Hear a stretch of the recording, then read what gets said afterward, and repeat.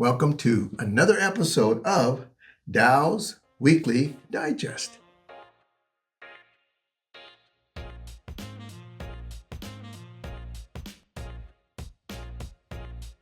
The older I am, the more that I think. And I've had some feedback, and it's been this. Dow, how do you get the material that you're going to talk about? Well, it's been a few episodes, no doubt. We are in our, fourth season, if you want to call it that. So you take that, maybe it's 4+ years. We're getting ready to end that. Those are a few episodes, and I don't think we've duplicated much, only maybe on special holidays, just like we had Thanksgiving here. But let's do an anatomy, if you can, of Dow's Weekly Digest. I try to keep it very basic in that I listen and observe. I listen to my associates, first of all. I have the opportunity to listen sitting in on a board meeting, also then with our internal wholesalers. And I listen to them. And a lot of times I will get material that I'm going to talk about. Also, once a month, we do a monthly meeting here. And I get to hear the whole group of associates. And indeed, I will get ideas from there. Another resource group would be then the webinars that I have the opportunity to partake in, such as then professional webinars, social type webinars. All of those I try to gather and maybe write myself some notes on some thinking things there. If a topic kind of comes up, I will try to do a deep dive and get more information on that particular topic itself. Another group, I get some daily, I call them affirmations and news. Whether the news be in the P&C market, whether it be in the health market, whether it be on cooking, all those different interests that I have, both professionally and personally, I get these different podcasts and news clips on, and I read all of those, and again, observe those particular things there.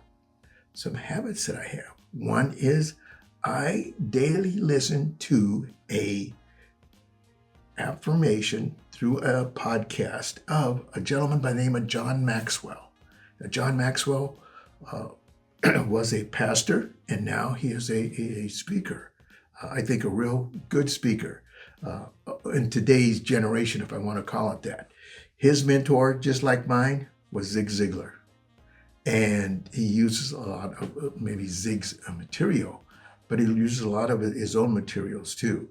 And if you want to read some good books, I say books with plural, I wouldn't hesitate to go to Amazon and pick up a John Maxwell book. In fact, I've got one right here, a John Maxwell book. And in it, he has daily little stories and affirmations. Example here. Today's affirmation from John is create a growth environment. Okay, so speaking of capital G, growth, your personal growth and the environment that surrounds you. Okay, now he says this, just as the growth of tropical fish is limited by the size of the aquarium in which they live, you and me are affected by our environment. Now that little sentence there brought me back to, I don't know about you, but my parents, of course we were in the military, moved around a lot. They seemed to pick up a lot of hobbies. But as they moved, or whatever reason, they changed the hobbies. Example, one of the hobbies they had was that of ceramics. Now, my adopted mother, Doris Bartling, was a teacher. She was fairly artistic. Well, she got into ceramics, so much to the stage that they got themselves a kiln, and so they were able to fire up the ceramics. Now, some of the things that they made were very, very, of course, nice, beautiful. One of the things that we gave out, that we gave away, that we made maybe this time of year was, I don't know if they even make them anymore, ashtrays. Yes, we would fire up the kiln and they would make ashtrays, different ones. And along with that, sometimes we gave out cartons of cigarettes. Now, these weren't to strangers. These were to friends and family. We were giving good old cancer sticks and ashtrays for them to put their cigarette butts in. One of their hobbies. Another one was, you got it, an aquarium. Yes, an aquarium. When we got the aquarium, it seems like you didn't just have one aquarium, you had different aquariums because you didn't want to limit the growth of the fish itself. So we were moving fish to maybe one aquarium, two aquariums. And man, it seems like we had a lot of aquariums or bigger aquariums. Bigger the aquarium, then the fish can get bigger too.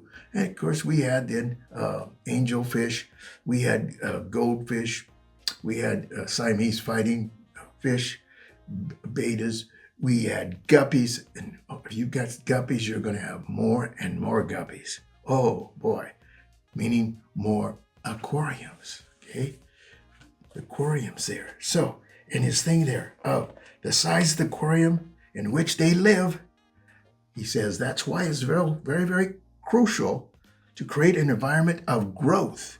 Is your environment an environment of growth? Is that what is around you that you surround yourself with? And he gives some environment, some suggestions on this environment. First one is, others are ahead of you. Do you have mentors? Are you surrounding yourself in your environment with mentors? I can think of my athletic life, my personal life, my professional life, of always surrounding myself, it seemed like, with mentors. And believe me, you can always learn something from someone. Yes, you can.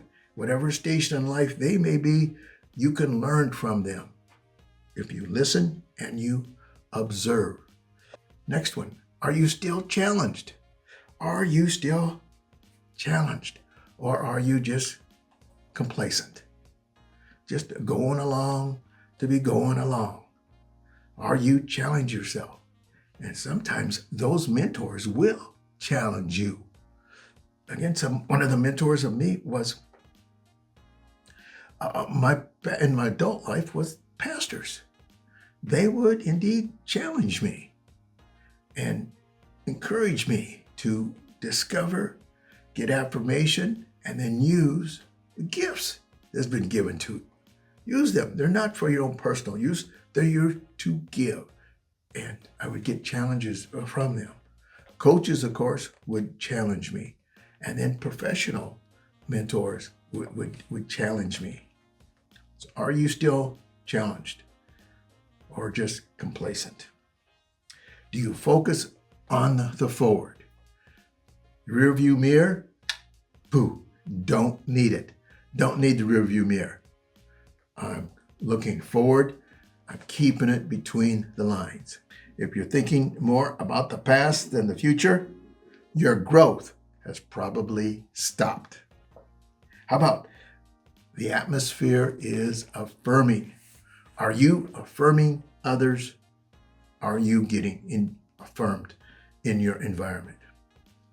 I can remember as a kid, a little bit older, and I discovered that I wasn't too bad of a baseball player. And so many times we would play what was called workup. Half and half. Got 12 players, 6 on one side, 6 on the other. But you'd have to split up into teams. And so if I was doing captain, we would then choose who get to choose first. You throw a bat up in the air, you'd catch it. One person would catch it, and then another would put their fist over it, and you'd go like this. Keep going to the top until you got to the very, very knob. That person got to choose first in workup. Well, I made a point afterwards then, as I got older, that I would choose people on my team that I thought that they were going to be chosen last. Yes, I did.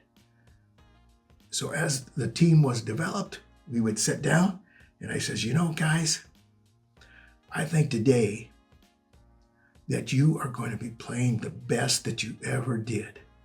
Why? Because we're going to have fun. We are going to have fun today. And a lot of times, folks, that affirmation, it came true. It came true. They did play their very best that they had done in a long time. And indeed, we had fun.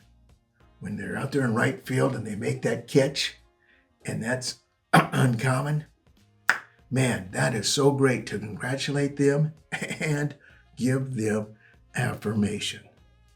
So let me ask you, in your environment, when was the last time that you had the opportunity to give someone a sincere affirmation? Are you out of your comfort zone? Again, getting back to that challenge there. Growth requires risk, it says here. Unless you do something beyond what you've already mastered, you will never grow. We pride ourselves here at Financial Markets of continuing education. The vast majority of my associates here are continuing their education to better serve their clients, to better serve themselves. And believe me, folks, I see it. And doing so, they are coming out of their comfort zone. Indeed.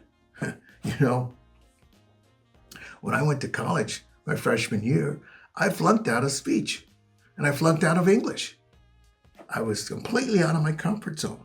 Now, one of my mentors, Sergeant Major Bartling, he was very, very comfortable in speaking. He could make people feel very comfortable and important, and they would support his ideas.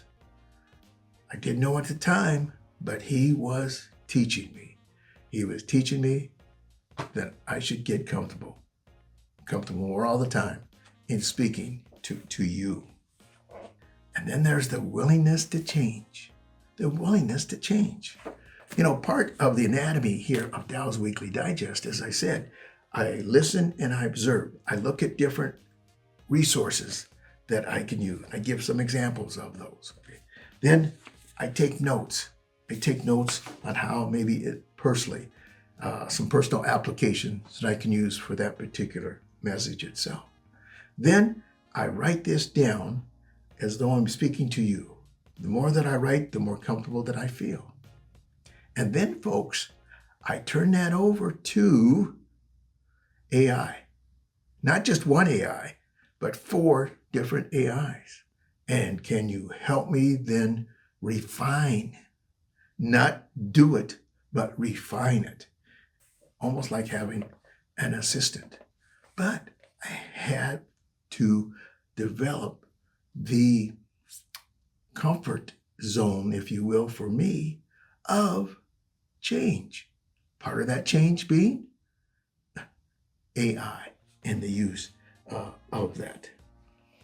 And then finally, in that environment that you surround yourself in, making your aquarium bigger, is growth is modeled and expected. In the best possible environment, growth is not only allowed, but it is expected. Remember Zig Ziglar saying once, what you expect, you need to inspect. So if I expect the growth, what are some different timelines that I need to look at to show that I am doing that growth itself? And so then, in closing, John here says, take responsibility for creating an environment of growth for yourself and for those in your environment. Because after all, blessed are they who ease the pain of misfortune, for they shall be called insurance agents. And you take care.